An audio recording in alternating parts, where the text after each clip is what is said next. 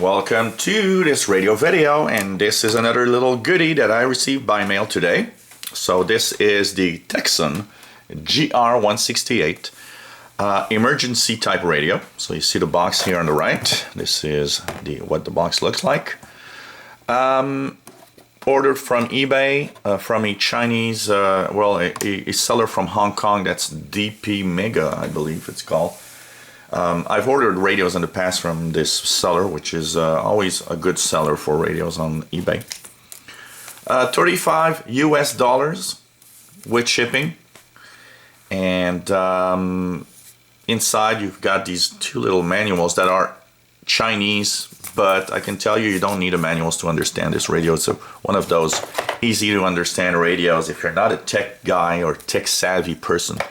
This radio is not complicated to use. So it's in the category of the emergency radios. One of those radios that's really cool to have in case of a power outage or going camping. Anywhere where batteries might sometimes be hard to find, this is a good radio for that. It supports 3 types of power. Hand cranked with a generator right here. So you have this little crank that you take out and you actually charge the radio by cranking. You have the possibility to actually charge the radio from the USB that you have here. And finally, you have the possibility to add 3 AA batteries if you want to use them. And this is the rechargeable battery that you see here, which is a common, cordless phone type battery. So very versatile. It has an earphone plug, kind of awkwardly placed in the back though, but at least it's there, and it's stereo through the earphones. I've tested it and it's really stereo FM through the earphone, which is cool. On the right side of the radio, you've got your tuning dial and volume control. Very simple. On the left side, you have that famous little flashlight, so you can actually put it in an emergency little red light that blinks. It's not very bright, so I don't think it could be of really a lot of help. And it also has a flashlight if you actually want to use the flashlight. It's also in a flashlight, possibility flashlight, so it's pretty cool. Flashlight is 2 LEDs. It's not super bright, but it's to actually use. I think it would be okay to use in a very dark environment, just to find your way around if you have a power outage, for example. But in camping, I don't think it's going to be very, very useful. It's not very bright. Of course, it has a siren. Watch your ears. And finally, you have here your power off, your battery or a dynamo or an adapter power source. And so it also has here an input to charge a phone. So here it says phone charger, and that you can plug in, but it doesn't come with any of the frills that you need. And here is the power in, so if you have a computer, for example, you can plug it in and charge the radio from the computer itself. Apparently from this little port here you get power to for example, charge your phone, your cell phone, if you need to use it in an emergency and your battery's dead. You can crank away and try to charge your phone a bit. It has 3 bands, FM from 88 to 108 megahertz. It has mediumwave or AM for those in North America from 520 kilohertz up to 1710. It says 1610 here, but I've tuned up to 1690, so it seems to go to 1610 actually, but it does seem to finish at 1610 but it goes to 1700 kilohertz about, because I hear stations, Concordia station on 1690, for example. It has 2 bands on shortwave. It's like a continuous radio from 3.2 up to 22 megahertz, so you don't miss anything. It's not a switch where you have all these international broadcast bands. It's really a 2-band radio, and it's continuous from 3.2 to 22 megahertz. Nice finish, nice feel to the radio also. It doesn't look flimsy, doesn't look cheap. The controls are firm, the grip is good, looks like quality up to a certain point. So that is nice, because a lot of these cheap radios feel cheap, and this one does not. So it's really nice for that. Performance-wise, well, of course, I'll have separate videos showing you the performance of the radio, but I'm very pleased with this radio. On Mediumwave, it brings in stations very well. I've heard the Ottawa station on 580 kilohertz, and it's really actually a good radio, I must say. So very pleased with it. And give you an example here.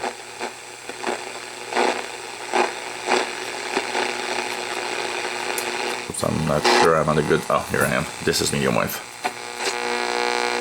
% on Sealy mattresses and so much more. So this Leon's spring savings event is on now, but it all ends Sunday. Don't miss it. At Donnelly Kia. So you get these really good reception. But it's hilarious. This is 620 from the United States, from Burlington.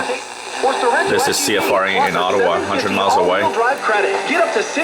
Gives you an idea how well this receiver works on Mediumwave. First, you got a band switch on the top, which is a little hard to kind of get the feel of where you are, but once you get used to it, it's not too bad. The death toll from Saturday's massive mudslide in FM reception is also quite interesting. I must say that I'm pleased of the FM reception on this radio. It one of the stations I always try is the VPR station on 107.9, and I must say that now it doesn't work here because it doesn't seem to be placed well.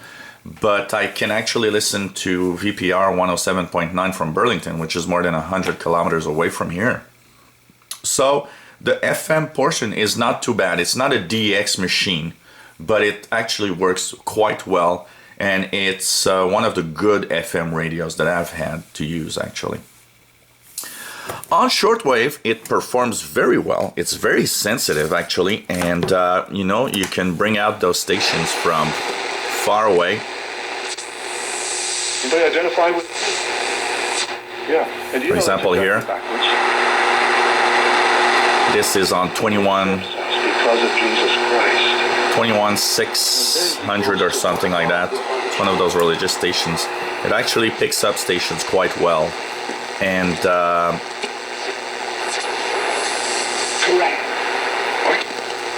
it's really a good radio, even on shortwave. That's also a dangerous way to think. As you see here, for granted, it's if you will. midday here, so not that many stations actually coming in. But I will be posting separate videos of FM, Mediumwave, and shortwave performance. So look for that. 3 other videos are going to come up. So I'm very pleased with it. It's a great radio to have. $35 US is not that much. You get a nice little portable radio here. Very light. Yeah, the drawbacks that I have to say, Chinese manuals, so you don't understand, but honestly, you don't really need a manual to understand this radio. It's just so simple to use. The other drawback, it's off on the scale here. So I've noticed that mediumwave is, FM is not too bad, but mediumwave is off by several hundred kilohertz. So basically I get CFRA, which is 580. I should be below the 600 mark here, and I'm above it. So it's kind of a little hard to understand where you are on the dial because it's off from several hundred kilohertz. Shortwave seems to be off also from several hundred kilohertz. So that is the negative side. The display is really off. And I don't know if they're all like this, but this one is definitely 700 kilohertz off on the frequency display. On FM, it does seem to be okay though, so it depends on where you're tuning. The crank, well, actually cranking for, and that I tested it because when I received it, it was dead. The battery was really totally discharged. I cranked for 2 minutes and actually got close to an hour of radio listening with 2-minute crank, which is actually good.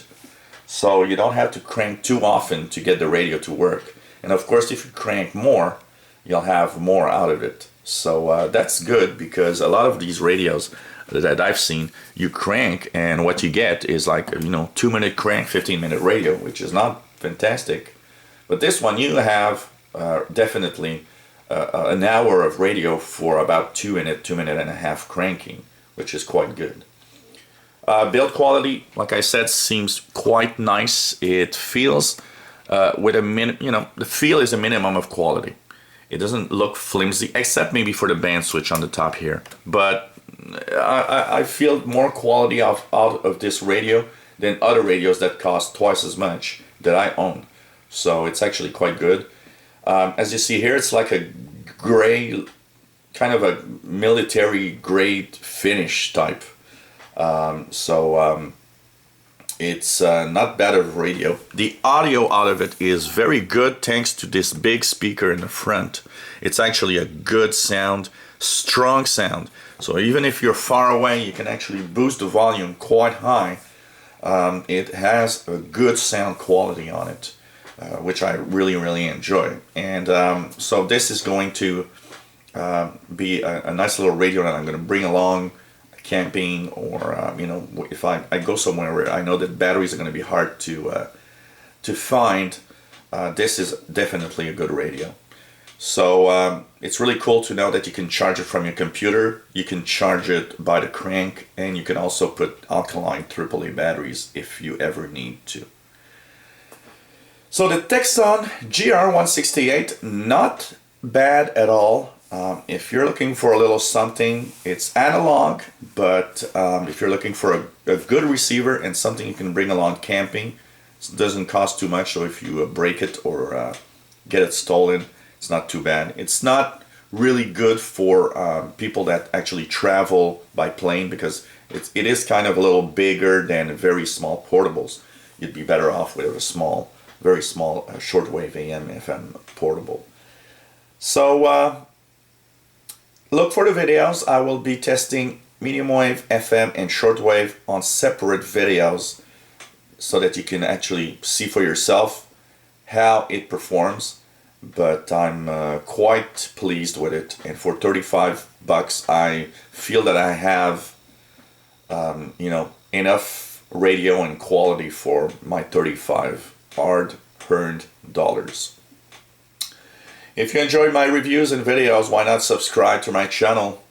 More than 1,200 subscribers right now. We're almost at 1,200 subscribers. It's really cool. And look for other reviews of radios coming up.